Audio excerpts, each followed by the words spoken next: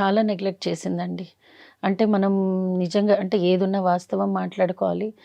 తన నెగ్లెక్ట్ చేయడమే ఈరోజు తన లైఫ్ ఎండ్ అవ్వడానికి కారణమండి. అండ్ కీమో స్టార్ట్ చేశాక షీ స్టార్టెడ్ ఆయుర్వేదిక్. ఆయుర్వేదిక్ తప్పు కాదు. కానీ ఆ స్టేజ్‌లో ఆయుర్వేదిక్ తీసుకోవాలా? వద్దా? అని తను జడ్జ్ చేసుకోలేకపోయింది. ఈ ఆయుర్వేదిక్ తీసుకోవడము కీమో ఈలోపు ఆప్ చేసారా అప్పటికి? కీమో ఆపేసింది. ఒకటే కీమో తీసుకొని ఆయుర్వేదిక్ షిఫ్ట్ అయింది. ఓహ్! ఈలోపు అదంతా స్ప్రెడ్ అవ్వడం అండ్ తను స్టార్టింగ్ కీమో స్టార్ట్ చేయడం కూడా లేట్ చేసింది. హ్మ్.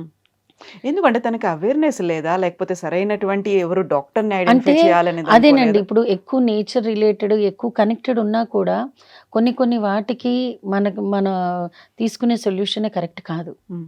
ఆ టైంలో యాక్చువల్లీ ఆయుర్వేదిక్ స్టార్ట్ చేయకూడదు. మేబీ కొంతమందికి వర్కౌట్ అవుతుందేమో. బట్ అది తినకున్న స్టేజ్‌కి స్టేజ్ వైస్‌గా. వర్కౌట్ అవ్వలేదు. మేబీ ఆయుర్వేదిక్ వర్కౌట్ అవుతుంది. మేబీ ఫేజ్ 1లో వర్కౌట్ అవుతది. అండ్ తినకి ఎంత గ్రోత్ వచ్చింది, ఎంత ట్రావెల్ అయిందని వాళ్ళకి కూడా తెలీదు కదా!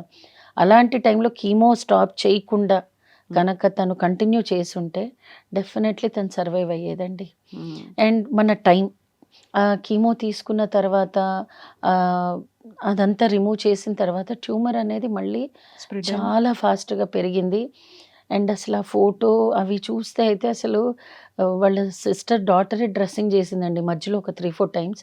అదైతే అసలు మనం కళ్ళతో చూడలేమండి. హ్మ్. అంత పెయిన్, అంత నొప్పి. అమ్మో! అసలు అంటే ఒక ఫ్రెండ్‌గా తను